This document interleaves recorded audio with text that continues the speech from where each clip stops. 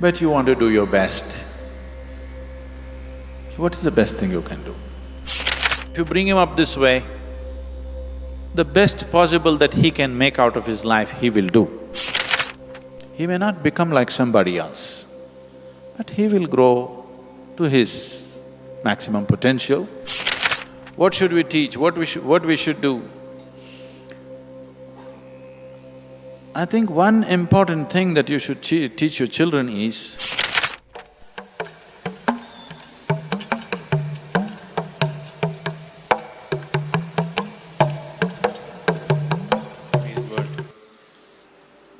see, parenthood is a very funny thing. You're trying to do something that nobody has ever known how to do it well. Yes? Nobody has ever known what is the best way to parent their children.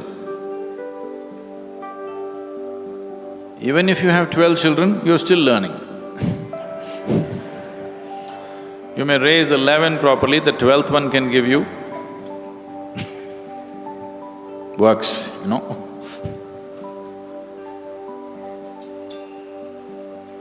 So, but you want to do your best.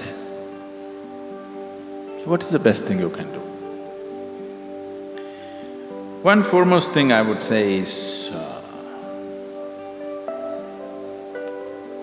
first thing is to work upon yourself a little bit. Spend sufficient time with yourself. Look at yourself carefully. How you are, how you sit, how you stand, how you speak, what you do, what you don't do.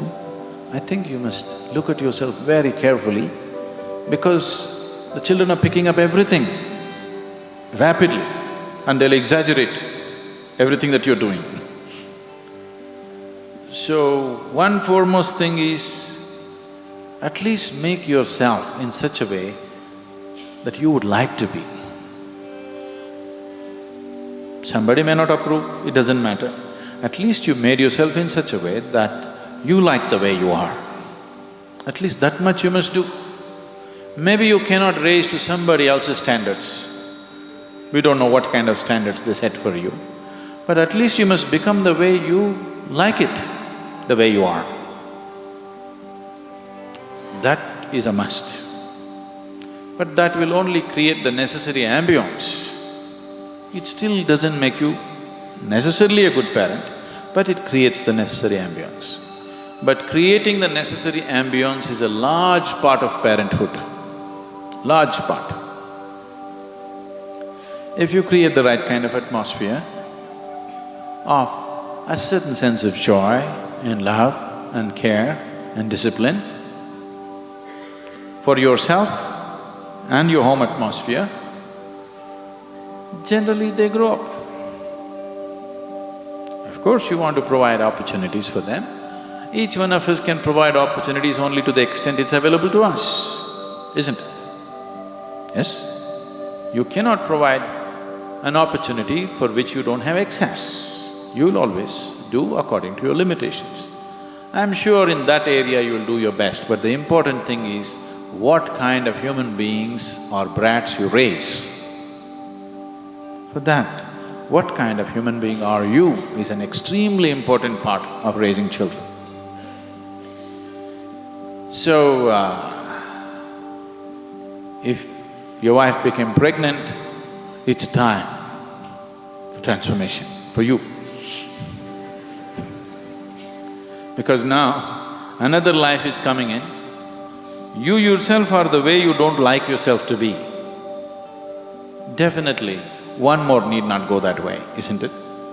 So, becoming conscious of what we are doing is extremely important.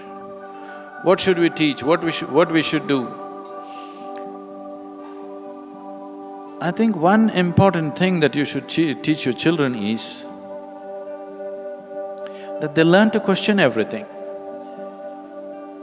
but not with suspicion, with a genuine wanting to know. Questioning can become a very sick thing or a very healthy process. People question because they already suspect everything is evil.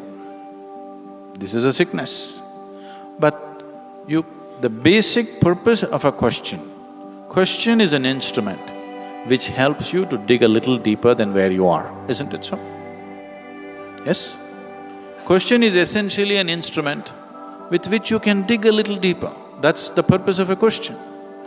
If you just bring this into your child's mind, that a child can question anything, including you, the way you are, if you allow that, in a healthy way, not in a sick way, questioning things because you think something is wrong with everybody. If you bring this, the child is constantly exercising his intelligence. This will not ensure whether he's going to become a doctor, engineer, this, that, but one thing is clear, his intelligence is active. If you anyway put him through the necessary physical paces to give him a healthy body and an active intelligence, and of course some level of education according to what you can afford, and you bring him up without any sense of identity. Without any sense of identity, if you can bring him up, if you do not entangle his intelligence by being identified to this or that he's willing and open to everything, if you bring him up this way, the best possible that he can make out of his life, he will do. He may not become like somebody else, but he will grow to his maximum potential.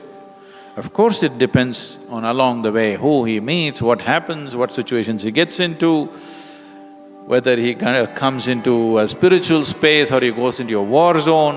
Where he ends up, who knows? Those things you cannot control, isn't it? But if you create an atmosphere of love, meditativeness, openness, when you're not identified with anything, naturally there is no sense of prejudice. If you bring up a child free of prejudice, in a loving, very open atmosphere, generally they do well, but there is no guarantee. Because there are other influences in the society, you don't know into whose hands they'll fall tomorrow morning. Yes? You may be doing your best, tomorrow morning into whose hands your child will fall, there is no insurance or guarantee. That's a risk that you're taking, always. But the only thing is, did you do your best or not? That's all there is to life.